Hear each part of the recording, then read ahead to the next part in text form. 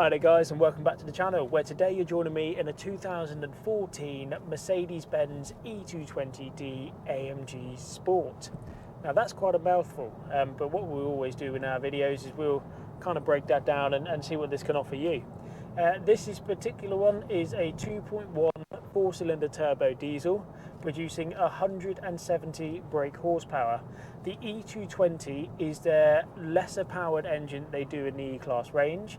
It then goes to the E250, which is the same 2.1 4-cylinder turbo diesel engine producing 204 brake horsepower.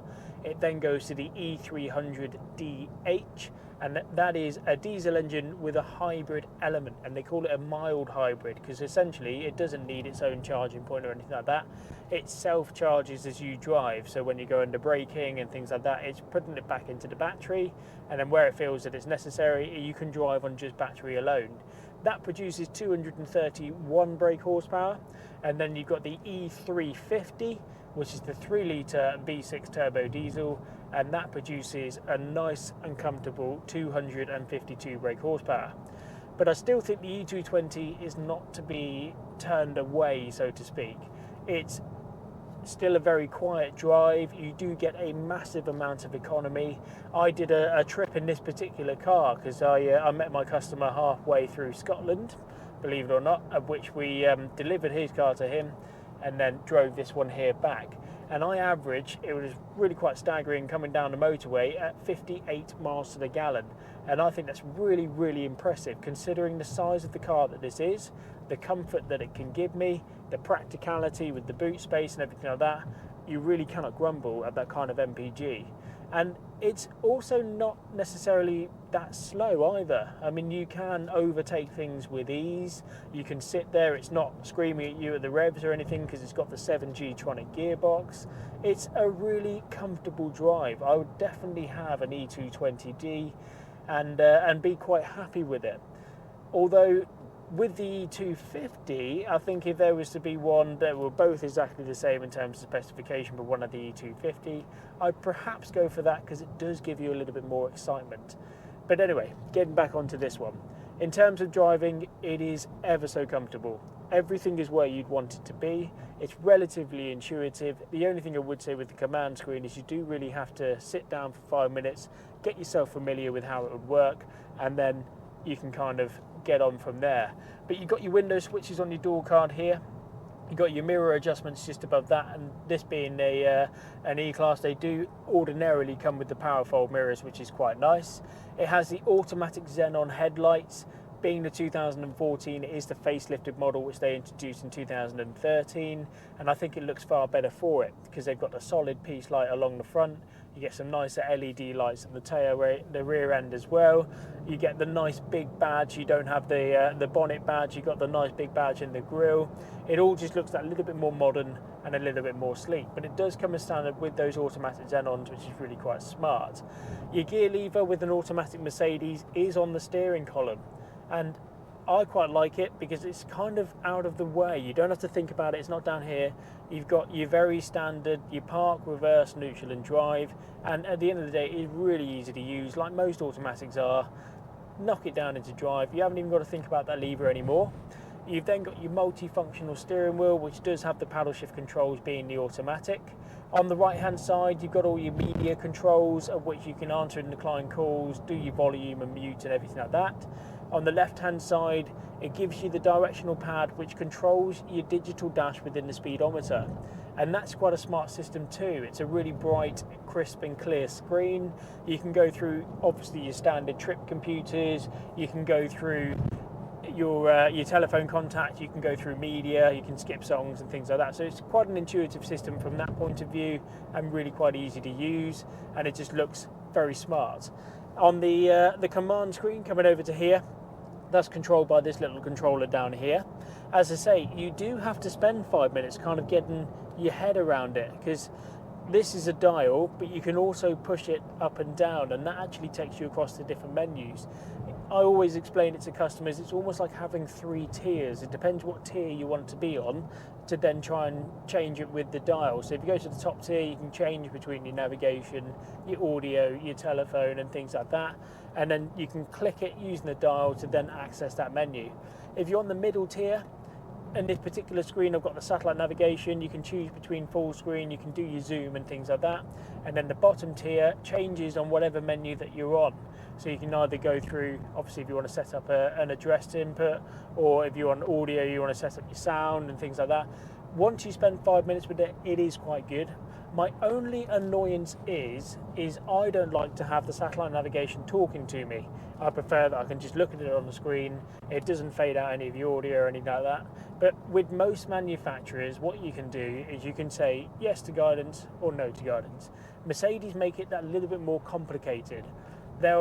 The way that I have to get around it with this era, on the newer ones is much better, but on this era, is you want to untick the faded audio, and then when she talks, because you can get a prompt to get her to talk, you can then turn it right down, and then that's essentially turning the voice guidance off.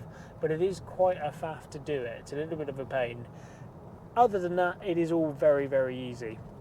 You've also got your center controls here. Being an E-Class, you can press this button and it'll then release the headrest down at the rear, which is quite nice.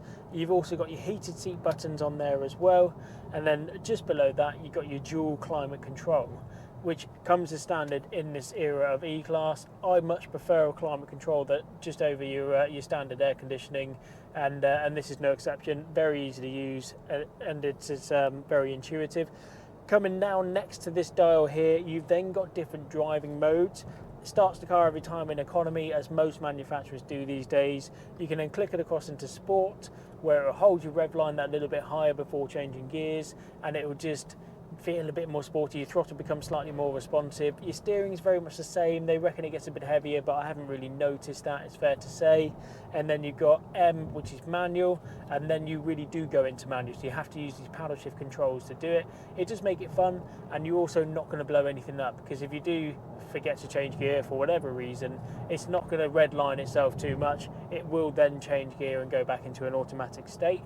But for this drive, will be an E for the economy side of things. But very, very comfortable. You've got these leather and Alcantara seats. You do have the half electric adjustment. You can also get obviously fully electric with memory function as well, but the half electric is very good. I do always wonder though, with an E-Class, which is one of their more prestigious models that they have, why you wouldn't just put the electric seats in to begin with. But it is also very Germanic, where everything is an additional extra. So this one that I'm in today is finished in metallic steel grey. It's got the leather and the Alcantara seats. It has the 18-inch AMG line alloy wheels, rear privacy glass. All of these bits do come as standard as part of the AMG Sport. It's quite nice to have. If you really wanted to go out there, you can easily spend thousands more but get an amazing specification. Things including your panoramic opening sunroof, your 360-degree cameras, or even just your rear reversing camera. It comes as standard with the front and rear sensors. You do get the optical displays, but it is typical German manufacturers where everything is an additional extra. I'd be quite happy with this particular one. It does have the automatic xenons being the AMG Sport, and it does have the heated seats. If you've watched previous videos of mine, I always quite like to have a heated seat. You do get the command navigation system as part of the AMG Sport. On some of the different models, such as the SE and things, it doesn't come as standard. You do get the Becker navigation system. To be honest, the command navigation is a big improvement from the Becker, so it is something that I would look out for. In terms of maintenance and running cost, the E220, it is only £180 a year to tax it at this current state, and it does get an amazing MPG. As previously mentioned, on my trip coming down from the Midlands, which is where I met my chap halfway between here and Scotland, I was averaging 58 miles to the gallon. I was massively impressed with it, especially since it is very comfortable. It's a really quiet cabin, and I'd still like to think that around town on today's drive we've been averaging 44.5, so that's still very good MPG. It does give you a huge amount of practicality. You can get 5 adults in here relatively comfortable, and on a longer journey I wouldn't necessarily suggest having 3 full-size adults in the back, but certainly 4, you are going to find it quite enjoyable. and it doesn't hurt to keep it maintained with a Mercedes-Benz specialist. If you can find one that knows what they're talking about, they can do things like software updates, they can do the recalls and things like that, and it helps to know that someone is looking after your car. They actually know what it is that they're looking at.